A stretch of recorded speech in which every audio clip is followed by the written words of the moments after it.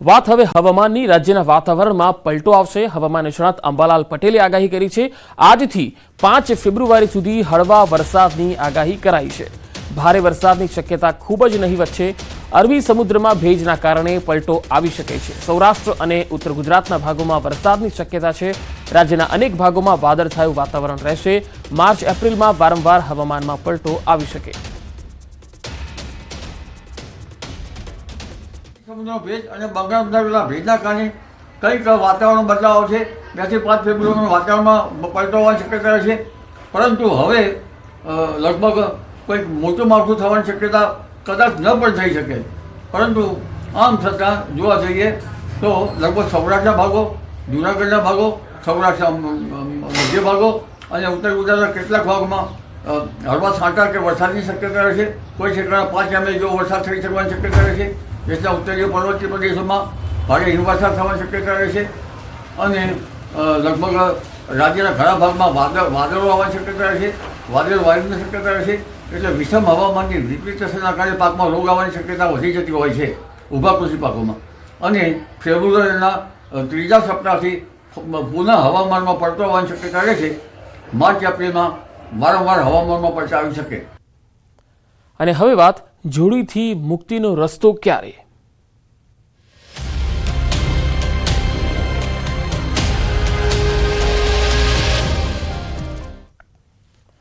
છોટાઉદેપુરની આ પ્રસૂતાની પીડાને શબ્દો આપવા શક્ય નથી, કારણ કે કપરી પીડા સહન કર્યા પછી એક સ્ત્રી માં બનતી હોય છે, પરંતુ સંતાનનો ચહેરો જોયા બાદ માતાની બધી જ પીડા સુખમાં પરિવર્તિત થઈ જતી હોય છે। પરંતુ છોટાઉદેપુરની આ સગર્ભા સદભાગી ન બની શકી।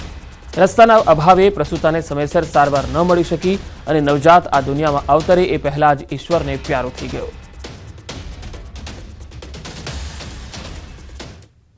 આ જે ઘટના એવી રીતે બની હતી, રાત્રે સમયની અંદર 10 વાગે દુખાવો ઉપડ્યો હતો અને ત્યારબાદ 1 થી 1.5 કિલોમીટર ઉશ્કેલ લઈ ગયા। પછી પ્રાઇવેટ વાહનના મારફતે 2 કિલોમીટર જેટલું લઈ ગયા મેન રોડ સુધી, નિશાણા ગામ સુધી, અને પછી ત્યાંથી 108ના મારફતે દવાખાને બોરિયાદ ખાતે પહોંચાડવામાં આવી હતી।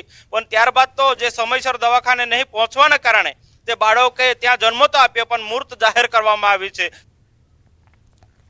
આ ઘટના નસવાડી તાલુકાના કુંડાના નલિયાબારી ગામની છે, જ્યાં રાત્રે પ્રસૂતાને પીડા ઉપડી, પરંતુ રસ્તાના અભાવે 108 ઘર સુધી આવી ન શકી। ગામ લોકો 2 કિલોમીટર સુધી જોડીમાં ઉચકી મહિલાને 108 સુધી લઈ ગયા। પ્રસૂતાને મહા મહેનતે હોસ્પિટલ સુધી તો પહોંચાડાઈ, પરંતુ બાળકને બચાવી ન શકાયું। પ્રસૂતાએ મૃત બાળકને જન્મ આપ્યો।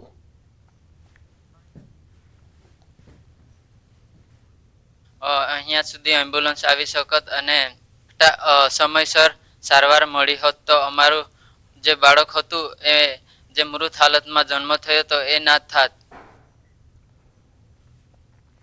તો પ્રસૂતાને હાલાકી પડી હોય અને જોડીમાં લઈ જવી પડી હોય તેવી ઘટના પહેલી નથી। છોટાઉદેપુર જિલ્લામાં અગાઉ પણ આવી ઘટનાઓ સામે આવી ચૂકી છે। ગામ લોકોએ સારા રસ્તાની માંગણી કરી છે, ત્યારે હવે લોકોને ક્યારે તંત્ર જાગે છે અને રસ્તા મળે છે એ જોવું રહ્યું। તંત્ર પાસે ગામ લોકોને આશા છે વહેલી તકે રસ્તો મળે તો કોઈ પ્રસૂતાને પોતાનું વહાલસોયું ગુમાવવું ન પડે અને કોઈ નવજાતને પોતાની માતા ન ગુમાવવી પડે। વાહન નથી આવતી, મોટા વાહનો નથી આવતા, એટલે અમારે જોડી બનાવીને લાકડાની અંદર જોડી બનાવીને અમે નિશાના સુધી લઈ જઈએ છીએ। એટલે અમારે રસ્તો ખરાબ છે ને, એટલે અમારે રોડની માંગણી કરીએ છીએ અમે।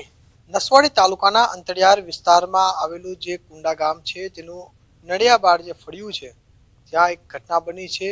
એક પ્રસૂતા મહિલાને જે રોડ સુધી લઈ જવા માટે આ ગામના યુવાનોએ જે મુશ્કેલી વેઠી છે, અહીં બહાર નીકળવા માટેનો એક કાચો રસ્તો છે। અહીંથી વારંવાર આ વિસ્તારના લોકો જે છે તે મહિલાને, કોઈ પ્રસૂતા મહિલા હોય કે બીમાર કોઈ વૃદ્ધ હોય, તેઓને હોસ્પિટલ લઈ જવું હોય તો મોટી કઠિનાઈ વેઠવી પડતી હોય છે। ખાસ કરીને આજે આ ડુંગર વિસ્તાર છે, આ ડુંગર વિસ્તારની અંદર રહેતા જે આદિવાસી લોકો છે, તેઓને વર્ષોથી જે મુશ્કેલી નડી રહી છે તેની રજૂઆતો કરતા આવ્યા છે। આજે જે મહિલાને જે દવાખાના સુધી પહોંચાડી હતી અને ખાસ કરીને જે મહિલા જે છે તેઓને હોસ્પિટલ સુધી પહોંચી તો કઈ, પરંતુ તેઓએ જે બાળકને જન્મ આપ્યો હતો તે મૃત હતું। એટલે ચોક્કસથી આ વિસ્તારના લોકો તો વારંવાર રજૂઆતો કરે છે, પરંતુ આજે સરકારને બેઠેલા જે અધિકારીઓ જે છે તેઓનું પેટનું પાણી હલતું નથી। આ બનાવ એક નથી અનેક છે, પરંતુ ક્યારે સરકાર જાગશે? આ વિસ્તારના લોકોની ક્યારે ચિંતા કરશે? હવે આજે સરકાર, આ બેઠેલા અધિકારીઓ, નેતાઓ આ ગામ સુધી આવે અને આ વિસ્તારના લોકોને પડતી જે મુશ્કેલી છે તેને દૂર કરે તે ખૂબ જરૂરી છે. સેજબ ખત્રી, ન્યૂઝ 18 ગુજરાતી, છોટાઉદેપુર. દાહોદમાં ગુજરાતને શર્મસાર કરતી ઘટના સામે આવી છે. સંજેલીના ઢાળ સીમડમાં મહિલાને અર્ધનગ્ન કરી વરઘોડો કાઢવાના મામલે જિલ્લા પોલીસે ગણતરીના કલાકોમાં 15 આરોપીને પકડી પાડ્યા. દાહોદ પોલીસે પીડિતાના સસરા, કાકા સસરા, દિયર સહિત 15 લોકોને ઝડપી પાડ્યા છે. જિલ્લા પોલીસ અધિક્ષકે જણાવ્યું છે કે ગમે તે સમયે મહિલાઓને અત્યાચાર થયો હોય તેમના ભાઈ ગુજરાત પોલીસમાં છે, દાહોદ પોલીસ છે.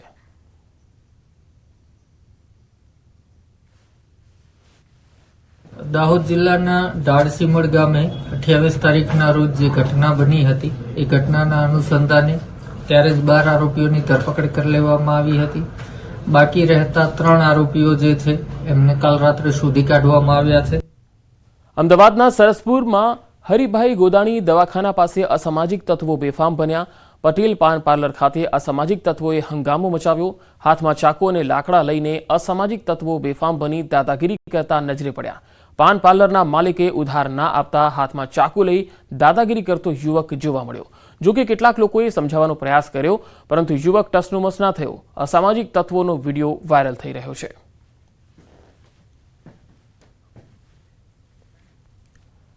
સાબરકાંઠામાં પોન્ઝી સ્કીમ ચલાવી કરોડોનું કૌભાંડ કરનાર ભૂપેન્દ્રસિંહ ઝાલાના સમર્થનમાં બેનરો લાગ્યા. ગામભોઈ સહિતના 30થી વધુ જગ્યાએ વી સપોર્ટ BZ નામના બેનરો લાગ્યા. અચાનક ભૂપેન્દ્ર ઝાલાના બેનરો લાગતા ચર્ચાનો વિષય ઊભો થયો છે. હાલ કૌભાંડમાં ભૂપેન્દ્ર ઝાલા સાબરમતી જેલમાં બંધ છે.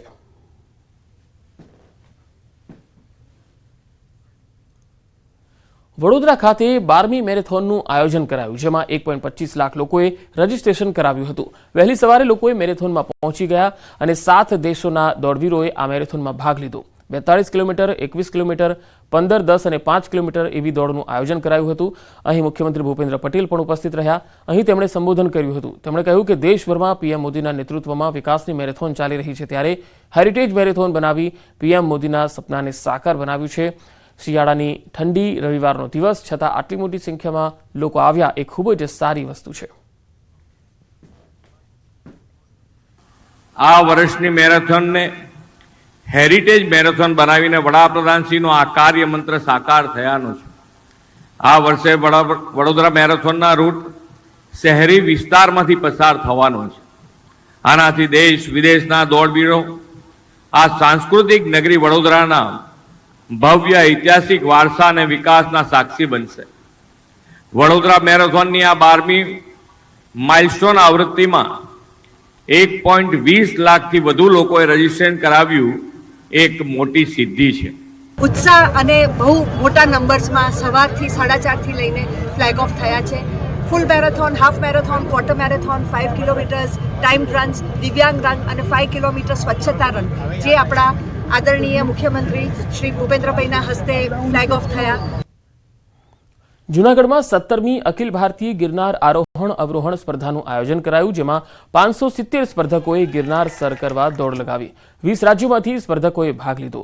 પુરુષ માટે 5500 પગથિયાની સ્પર્ધા હતી, જ્યારે મહિલાઓ માટે 2200 પગથિયાની સ્પર્ધાનું આયોજન કરાયું. આમાં વિજેતા સ્પર્ધકોને ધનરાશિ, મેડલ અને સર્ટિફિકેટ આપવામાં આવશે. જિલ્લા કલેક્ટર અનિલ રાણાવાસિયાએ સ્પર્ધાનો પ્રારંભ કરાવ્યો હતો. 17वीं अखिल भारत असेंडिंग डिसेंडिंग कंपटीशन का आयोजन आज किया गया है. इस कंपटीशन में समग्र भारत से 20 जेटले स्टेट से आज बच्चे आए हैं और ये खिलाड़ी आज ये टूर्नामेंट में भाग लेंगे. इस टूर्नामेंट में 570 से भी ज़्यादा लोग ने अभी पार्टिसिपेशन के लिए रजिस्ट्रेशन करवाया था.